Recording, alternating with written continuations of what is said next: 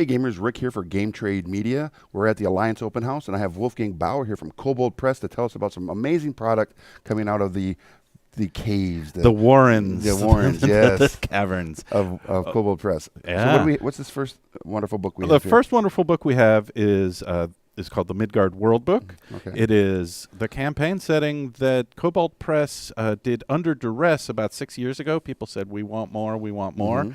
We published a version then. And now we've released a new version for 5th edition. Okay. It is dark fantasy set in a European environment, a full set of kingdoms, tons of adventure hooks, and 6 authors you may have heard of. People like Jeff Grubb from back in the day. Back in the day. Yeah. Some second edition stuff. Exactly. Nice. I wrote a chunk of it. Richard Green from the UK. So we brought out all the big guns for this one. That's very cool. Yeah, Jeff also wrote if you guys didn't know, Jeff wrote a lot of the DC comics, the Dungeons and Dragons comics. Yes, absolutely. Back in the day, He did. amazing. And the Spelljammer setting, Yeah. and Forgotten Realms, and any number of things. So when I Lots. said, Jeff, can you help me out with Midgard? He was like, yeah, I think so. I love it.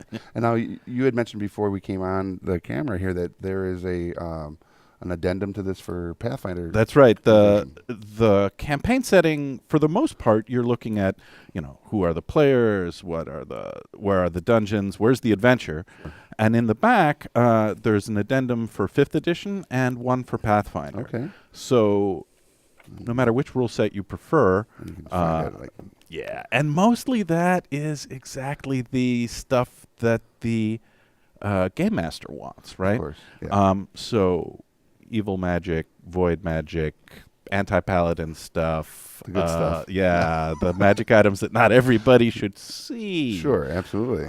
So rather than putting that in a player book, we squirreled it away here. There is a companion volume for the players Okay. called the Midgard Heroes Handbook, Nice. which is, spells, Right. subclasses, character races like Trollkin that are unique to the setting. Okay, and this has been out since when? Late March. Okay, so it is available now at your local game store, so you guys can go Yes, to totally your local is. game store. If it's not on their shelf, they can absolutely order it and have it there for you as quick as a split. Yes. Yeah. Is that even a phrase? I don't know, I but don't you know just either. made it one. Yes, I did. Coined. What else did you bring us? Oh, well, I brought the newness, the absolute newness of the Creature Codex. This is the book we started working on the minute that we realized the Tomah Beasts was kind of a hit Okay. 2 years ago, and it's 400 new monsters for 5th edition play. Oh my gosh. Yeah, and they've all gone through heavy play test. They're beautifully illustrated. We have the cover art is by Craig Spearing, who does art for Magic the Gathering. Okay. So Craig. So you might know Craig's work, Yeah. Mr. Spearing. And the interior includes things by, Ava Wiederman, who does stuff for like Hearthstone Those are and beautiful. WoW. We've got art there from one of our fan favorites, Marcel Mercado. Yeah, the The Chaos Spawn goblins are wonderful. Yeah, they're beautiful. They have gone way off the edge. They're goblins totally committed to, the void and chaos. I love it. New dragons in here, tons of undead, a new lich that's challenge rating 9. Oof. Okay, I wrote that one. That's how I know. Okay. Some new dragonborn, a bunch of NPCs. There's the Wasteland dragon. Show that one. That one's nice. Yeah, that's beautiful artwork. I think that's, So a couple of new dragons. There's a lot of dungeon-appropriate monsters and wasteland monsters and shadow planar monsters. So really, it fits into any campaign. It's Right. not connected to Midgard directly, but of course it could work there. We had 600 playtesters. Wow. And a 2-year development cycle on this. So That is amazing. full tables in the back by Monsters by Terrain. Oh, yeah. I like that one too. That one's nice. The sort of Harvest Witch and the Gulon, which is just a hungry, hungry beast. I think I saw that or this right here creature in someone's suitcase on a movie once. Yeah, 'cause he's Yes, it is a fantastic beast. he is a fantastic beast. That's very cool. And this is going to be available at the local game store. It will be available at local game stores everywhere. It is probably on a truck or in the warehouse, so it may not be out right this minute, Okay. but we're talking a matter of days. Nice. And of course, whenever you do a full set of new monsters, especially weird ones like some Lovecraft creatures or whatever, there's not a set of minis to go with it. Instead, Right. there's a set of pawns, which is a really inexpensive, easy way to Right. say, I want to put this on my tabletop. Right, like right now. Right now, without having to paint up anything or wait for plastic to be molded and Right. sculpted, right? So this is 300 pawns. The monsters that aren't included are the tiny, tiny monsters. Sure. They don't make good pawns. And the gigantic, gargantuan ones, which It'd be a whole sheet. it's a whole sheet. Yeah. It's not a good Sure. use. But for everything else, we have duplicates of some of the common types Okay. that you're going to want. And, I mean, it's the same beautiful art, but flipped on both sides, really sturdy. I'm looking at the goblins because Oh, yeah. The the chaos. Grindylow, you get 2 of those. The Dark Servant, you get 2 of those. The Kappa, you get 2 of those. Yeah. The Ratok Demon. Oh, yeah. We went nuts on demons here, too. There's Yeah. a whole bunch of ratly stuff, rat folk, rat demons. Okay. We went pretty undead and demony, I think, Okay. where that's fairly, well, I think it's popular. I love that dark stuff. Well, I actually play, when I write a campaign, I almost always include like were-rats. I Oh. love were-rats. Oh, So well then- demon rats or dark rat Okay, creatures so are I'm going going to tell you the Demon Lord Chitterick is the Demon Lord of Rats. Perfect. And not the biggest Demon Lord ever, right? Not Sure. an Orcus type, but a lot of followers, Mhm. a lot of weird rats, rat demons. This is kind of, yeah, Perfect. it might fit perfectly Kinda in your perfect. campaign. And as far as like we were saying, it's going to be available really soon. What are these going for? What's the MSRP on something? The MSRP on both of the hardcovers is $49.99. That's amazing. And they're both 400-page volumes. MSRP on the pawns is less, of Yeah. course. It's $34.99. But 300 creatures. For 300 creatures. Yeah. Which is about as low as we could push that because we Right. really want people to be able to put it on the tabletop. Right. The thing we saw with Tomah Beasts was it got just a ton of table time Right. because we designed it to be sort of high utility, right? Creatures that fit into any world, Sure. any campaign. And we have the fan mail to prove it, right? course. It's like, well, when the game master reaches for that, we Yeah. know we're seeing something new. And we want that to be something new that's fully supported with pawns. I love it. So with this whole resurgence or this boom of D&D as a fandom, Yeah.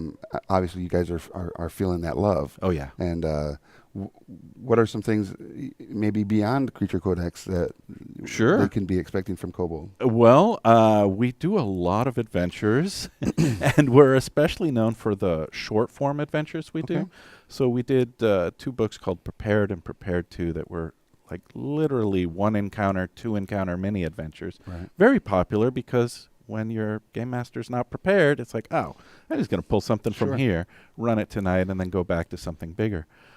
We have a Creature Codex Lairs book, Eldritch Lairs book, and Book of Lairs. Nice. So that Lairs thing is kind of where we compile 6, 8, 15 adventures, Mhm. each of which is playable in a really short time, fully prepped for you with maps Nice. and monsters usually taken from Tomah Beasts or with the new one, Coming out. Creature I Codex. love it.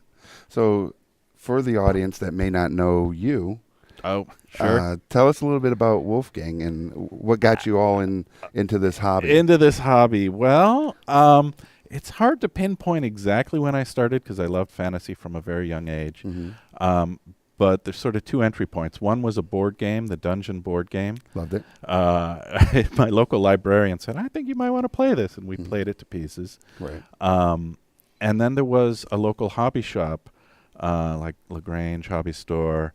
And they had, Airfix models, and they had macrame sections, and then they had the wargaming section. Yeah. And right there is where I saw Blue Box D&D. Okay. Started playing some of that. And yeah, it was off to the races from then on, right? I started contributing adventures, again, to Dungeon Magazine. Okay.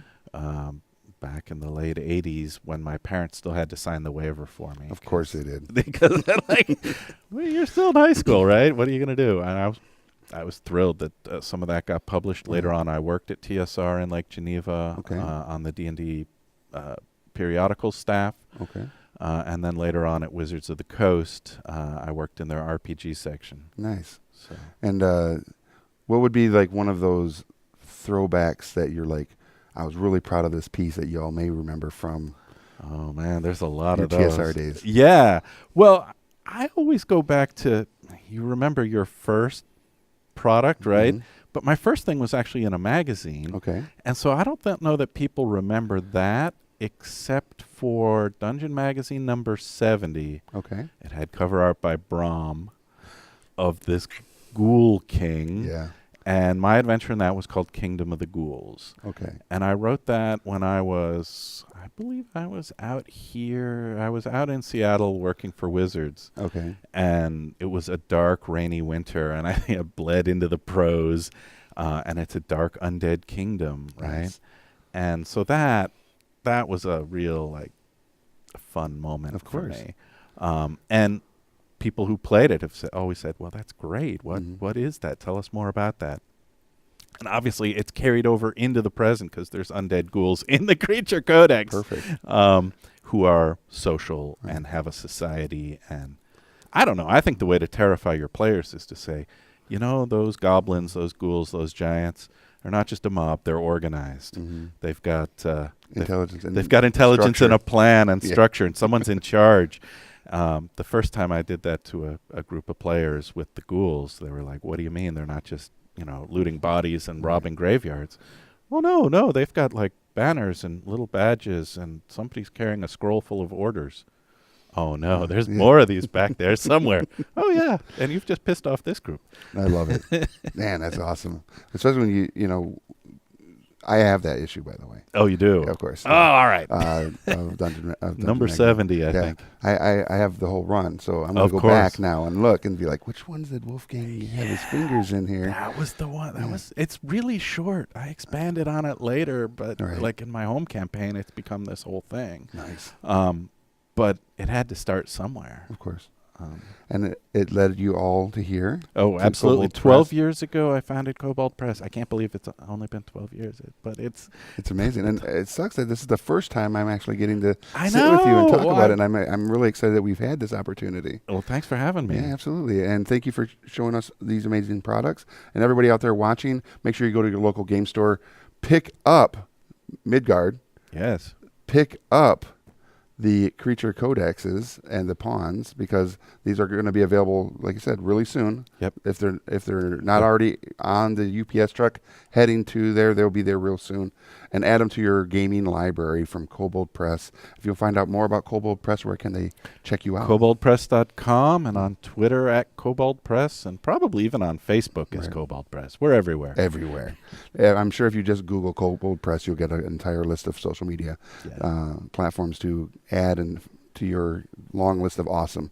Thank you. It's so good. Thank you, Wolfgang, and everybody else out there. We'll see you at the game store.